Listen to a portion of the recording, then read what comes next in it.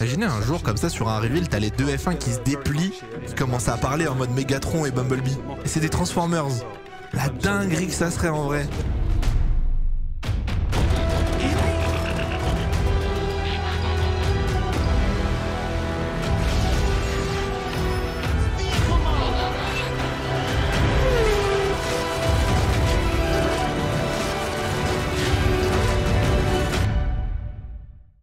La Formule 1 a repris ses droits ce week-end et je me rends compte qu'après plus de 8 ans déjà sur cette chaîne YouTube, je ne vous ai jamais trop parlé du sujet, alors que pourtant c'est la seule passion qui égale Transformers pour moi. Regarder des courses ou même piloter, c'est quelque chose qui rythme mon quotidien depuis presque aussi longtemps que Transformers, alors que pourtant ce sont deux choses qui ont pas mal en commun en fait. Beaucoup de personnages dans la licence se changent en voitures de course et les compétitions automobiles ont déjà été à plusieurs reprises au centre d'histoire majeure. Donc je me suis dit que c'était l'occasion ou jamais. Aujourd'hui, je vous parle des liens entre Transformers et la Formule 1, et plus largement, entre Transformers et le sport automobile. Dès la première génération, la compétition automobile est représentée dans la franchise, et ce par des personnages des deux camps du conflit entre Autobots et Decepticons. On va tout d'abord trouver Mirage, l'un des soldats d'Optimus Prime, qui se change en Ligier JS11, monoplace de l'écurie française du même nom, ayant couru en 1979 et 1980. Ces deux saisons seront de loin les plus prolifiques de l'équipe, glanant 5 des 9 victoires de leur histoire dans cette seule période. Ça explique donc pourquoi Takara a choisi cette voiture pour sa gamme Diaclone, qui deviendra Transformers en 1984, après que Hasbro ait importé la ligne aux États-Unis. Et très vite, Mirage est devenu une tête d'affiche, son véhicule y jouant pour beaucoup. C'est d'ailleurs le point qui restera en tête des fans, plus encore que sa personnalité, ou les épisodes du cartoon le mettant en avant. Pourtant, on ne va pas se mentir, niveau discrétion, on a vu mieux. Mais qu'importe, on est dans la G1, et tout est permis. D'ailleurs, quand le personnage de Mirage sera adapté au cinéma dans Transformers Rise of the Beast, s'il ne se change évidemment pas en F1, une petite référence y est faite avec cette monoplace en laquelle il se change un court instant. Petit anachronisme au passage, car le film est censé se passer en 1994, alors que l'apparence de la F1 qu'on voit là est, au mieux de 2000 ou 2001 je dirais. C'en est au point où Mirage est en fait devenu indissociable de la Formule 1 au sens large, tellement cette Ligier était iconique pour le perso. Pourtant, les jouets et autres réinventions du personnage basés sur la G1 s'orienteront plutôt vers des inspirations futuristes et pas basées sur de vraies monoplaces. Le Mirage de la gamme Classics par exemple se change en monoplace à cockpit fermé, se voulant futuriste, de même que sa version Siege en 2019. En 2015, il fait même carrément des infidélités à la Formule 1, sa monoplace étant directement basée sur une IndyCar de l'époque, un mode véhicule qu'il partage avec Dragstrip de la même gamme. Transition parfaite pour évoquer l'autre personnage principal, se changeant en Formule 1 dans la licence Transformers, l'un des Stunticons, Dragstrip donc. Dragstrip, il ne se change pas en n'importe quelle Formule 1. Non, lui, il a choisi de ne pas faire comme les autres, en prenant la forme d'une Tyrrell P34, la fameuse F1 à 6 roues pour ceux qui connaissent. Introduite en 1976 en Formule 1, la P34 est l'une des innovations les plus audacieuses et iconiques de l'histoire du sport. Conçue par l'ingénieur Derek Gardner, cette monoplace pour le moins atypique, c'est le moins qu'on puisse dire, arborait 4 petites roues avant et 2 roues arrière classiques. L'objectif était d'améliorer l'aérodynamisme en réduisant la traînée des pneus avant, tout en augmentant la surface de contact avec la piste pour une meilleure adhérence. Et le mieux, c'est que cette P34 a eu des résultats pas dégueux du tout. Lors de sa première saison, elle gagne une victoire au Grand Prix de Suède et glane plusieurs podiums. Des réglementations techniques et un manque de possibilités de développement mettront fin à cette aventure qui aura tout de même duré 2 ans. Et quelques années après, c'est dans Transformers qu'on la retrouve, sous les traits du Decepticon Dragstrip donc. Un peu à l'image de Mirage, il a été réinventé avec le temps.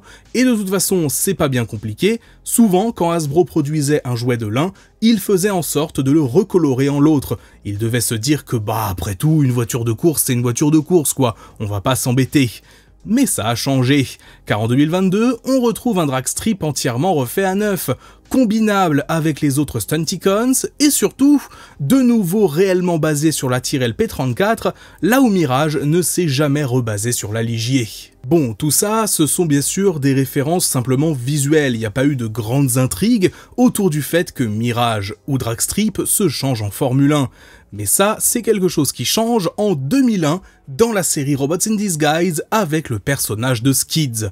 Après son arrivée sur Terre, Skids scanne une voiture de course ayant appartenu au célèbre pilote Augie Caney, désormais décédé dans l'univers de la série, pour en faire son mode véhicule. Caney plaisantait toujours sur le fait qu'il passait tellement de temps dans cette voiture qu'elle avait fini par adopter sa personnalité. Une affirmation qui prit une tournure étrangement vraie lorsque Skids fut possédé par l'esprit de Caney lui-même. Apparemment, il avait oublié de purger le véhicule avec une impulsion à haute fréquence avant de le scanner. Bref, c'était une façon d'expliquer pourquoi l'esprit d'un humain pouvait posséder en partie un Transformer. Par la suite, il commence à se comporter de manière de plus en plus imprévisible. Chaque fois qu'il aperçoit une course, il y participe instinctivement, sans jamais s'inscrire officiellement, ce qui lui valut même d'être poursuivi par Prowl lorsqu'il s'inscrit illégalement à la course des Europa 400. Cette obsession devint rapidement une source de gêne pour Skids, qui se surprit à battre des écoliers et même un lièvre et une tortue. Pour de vrai, oui. Bien qu'il était conscient du problème, il ne pouvait rien y faire. Alors que les Autobots débattaient de la marche à suivre, Koji, qui avait étudié le passé du pilote de Caney, détermine que Skids se rendrait ensuite au Grand Prix International, une course ouverte à tout type de véhicules sur roues que ce pilote n'avait jamais réussi à remporter. Convaincu par la logique de son ami humain, Optimus Prime ordonna à tout le personnel disponible de participer à la course. Skids n'apparut alors que bien après le début de cette dernière, et la plupart des autres Autobots avaient alors été éliminés par Megatron, et les quelques-uns qui restaient étaient piégés sous un énorme rocher qui menaçait de les écraser dès que leur force s'épuiserait. Optimus lance alors un appel à l'aide à Skids, qui était alors en tête de la course. Il pouvait enfin remporter cette victoire. Il voulait remporter cette victoire. Mais à ce moment-là, le désir de gagner de Skids, qui venait en fait de l'esprit humain qu'il possédait, rentrait en conflit avec sa conscience d'Autobot. Il devait faire un choix, et bien il l'a fait. Skids revient sur ses pas pour sauver ses camarades, puis les aida à repousser Megatron. Une fois que ce dernier était vaincu, il reprit la course et arriva quand même à franchir la ligne d'arrivée en premier. Enfin voilà, tout était terminé, il se sentait normal. Mais pas forcément non plus, parce qu'il arrive quand même à confondre l'alarme de la montre de Koji avec un signal de départ, et donc il repart aussitôt, finissant même par atterrir en Afrique à la recherche d'une nouvelle course. Bref voilà, c'était une sorte de running gag en quelque sorte, bien dans l'esprit de la série, et c'était l'une des premières fois dans l'histoire de la franchise où les courses étaient vraiment au centre d'une intrigue. Mais le concept le plus important pour ce qui est du lien entre le sport automobile et Transformers, qui a carrément fait rentrer ça comme une pratique réelle et établie dans le lore, c'est Transformers Cybertron et la planète Vélocitron, aussi appelée dans la série Speed Planet. Dans pratiquement chaque série Transformers, on a au moins un épisode qui implique une course. En même temps, c'est logique, quand la moitié des personnages se changent en voiture, on finit forcément par y arriver. Mais dans la série Cybertron, on découvre donc la Speed Planet, qui sera plus tard un renommé Vélocitron, une colonie cybertronienne oubliée dont la population locale a basé son style de vie et ses traditions sur la course et la vitesse. Des millions d'années dans le passé, des vaisseaux ont quitté la planète Cybertron à la recherche de nouveaux mondes à explorer, et l'un de ceux-là a trouvé une planète majoritairement désertique, mais propice à la construction de nombreuses routes et infrastructures de course en tout genre. S'établissant sur place, ils commencent à baser leur style de vie là-dessus, se transformant tous en véhicules sportifs, que ce soit des voitures de course, des pick-up surpuissants, bref, c'est le monde des gros moteurs. Mieux encore, le système politique, présenté plus en détail dans certains comics, est totalement différent et basé sur la course. Régulièrement, la course Speedia 500 se tient, et son vainqueur devient le nouveau dirigeant de Vélocitron, ainsi que le représentant de la planète. Dans la série Cybertron, c'est Override qui dirige son monde, étant la plus rapide des bots vivant ici. Jamais détrôné, même pas par Megatron, prêt à tout pour arriver à ses fins. Seul Hotshot parviendra à se montrer à la hauteur, héritant de la cyberclé de la Speed Planet, qui était en fait le trophée donné au vainqueur.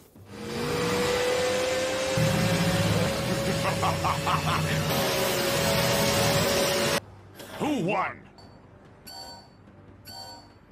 She must have cheated. I never lose. Du côté des comics à IDW, Vélocitron est un monde colonisé par Navitas, un titan transportant une équipe de scientifiques en quête de sources d'énergie alternatives. Ils finirent par s'établir donc sur une planète qui devient la 7e des 13 colonies établies par des titans.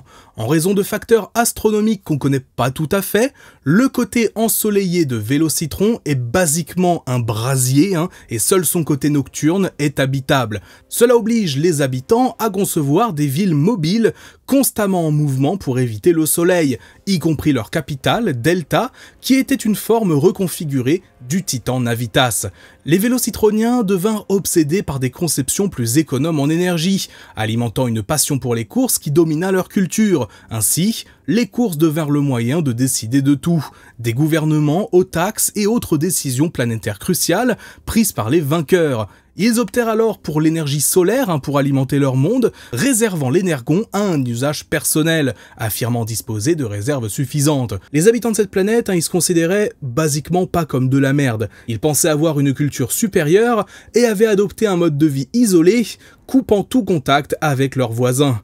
Les courses au sein de leur cité devinrent leur principal passe-temps, les courses hors piste étant vues comme barbares. Un fait un peu moins connu mais qui est quand même assez terrible quand on y pense sur cette planète, c'est que leur quête de la perfection par la vitesse devenait de plus en plus restrictive et discriminante. Ce qui était plus lent que la norme était mis à l'écart et marginalisé. Après que Caminus ait rejoint le Conseil des Mondes, Vélocitron fut la prochaine colonie à rétablir des relations formelles avec Cybertron. Moonracer et Knockout furent envoyés comme ambassadeurs, mais les négociations échouèrent rapidement, en partie à cause des remarques dénigrantes de Starscream sur leur planète. Windblade, Chromia, Blur et Ironhide décidèrent alors de se rendre à Vélocitron pour impressionner les habitants de manière compréhensible pour eux, à savoir en faisant gagner Blur à une course. Peu après, Knockout se rend sur Cybertron pour l'intronisation officielle de Vélocitron au Conseil. Lorsqu'Unicron commence plus tard à dévorer des planètes affiliées à Cybertron, son assaut sur Vélocitron coupe toutes les communications. Une équipe dirigée par Cliffjumper fut alors envoyée enquêter, mais périt avec la population lorsqu'Unicron consume le monde pour ses réserves énergétiques, étant donc le premier avertissement concret de son approche. En dehors de Vélocitron et en dehors de toute cette culture un petit peu de la course qu'on peut retrouver parfois dans Transformers, on a aussi des liens qui se sont créés entre des courses réelles de notre monde et la licence. Je pense bien évidemment aux Wreckers de Transformers Dark of the Moon qui se changent chacun en une voiture de NASCAR, customisée évidemment et modifiée avec des mitrailleuses, mais basée sur de véritables véhicules, de véritables pilotes, mais ça, ce sera je pense le sujet d'une autre vidéo, parce que les liens entre Transformers et la NASCAR, il y en a quand même pas mal. Mais bien sûr, comment ne pas évoquer la course des 5000 de Yacon, au centre de l'histoire du dernier film en date, Transformers One. Cette épreuve, dont le nom est évidemment inspiré d'événements réels comme les 500 miles d'Indianapolis, est l'une des plus célèbres de la licence. Dès les comics Marvel G1, on en parlait, et elle a été référencée à quelques reprises avant d'apparaître sur grand écran en 2024. En plus d'être au centre d'une scène d'action assez divertissante, la course des 5000 de Yacon est une illustration assez évidente des inégalités de la société cybertronienne. Les seuls individus à pouvoir y participer sont ceux qui se transforment, et les mineurs sans TICOG ne peuvent que les regarder et apprécier le spectacle. C'est l'illustration parfaite au passage de l'expression du pain et des jeux, Sentinel Prime utilisant le divertissement procuré par la course pour détourner l'attention des conditions de travail difficiles imposées à la classe ouvrière, étant vu comme bienveillant et charitable d'offrir une simple journée de repos à l'occasion de cet événement. Orion Pax va entraîner son ami D16 et se joindre à la course illégalement, une action quasi suicidaire au vu de leurs conditions. Cependant, leur ingéniosité leur permit de prétendre pendant longtemps à la victoire, avant que Chromia ne brise leur rêve au dernier moment. Vous l'aurez d'ailleurs remarqué si vous avez regardé le film en français, mais c'est notre Julien Febro National qui joue le commentateur de la course, une référence que je trouve très sympa, le genre de casting de star talent entre guillemets, que j'apprécie beaucoup. Il y a des mineurs qui tentent de prendre la piste. On va terminer cette vidéo par une petite anecdote, notamment pour ceux qui suivent la Formule 1. Je pense que vous connaissez tous le générique d'intro qui se joue avant chaque course. Eh bien sachez qu'il a été composé par Brian Tyler. Brian Tyler qui est aussi le compositeur des musiques de Transformers Prime, mais aussi récemment de Transformers One. Voilà donc pourquoi, en fait, ça passe super bien si on met le thème de Prime par-dessus l'intro de la F1, ou l'intro de la F1 par-dessus l'intro de Prime, bref, vous verrez, c'est un petit peu rigolo à faire, je peux pas le faire ici pour des raisons de copyright, faites-le et vous verrez, le résultat est garanti. Bref, voilà pour cette petite vidéo un petit peu bonus, un petit peu différente que j'avais envie de vous proposer aujourd'hui, qui mêle mes deux plus grandes passions. N'hésitez pas à me dire en commentaire ce que vous en avez pensé, si vous souhaitez un épisode 2 où je parlerai notamment de la NASCAR et des liens entre Transformers et ce sport américain, notamment dans les films bien sûr. Sur ce, c'est tout pour moi, c'était Magnus, on se dit à très vite pour du nouveau contenu. Ciao!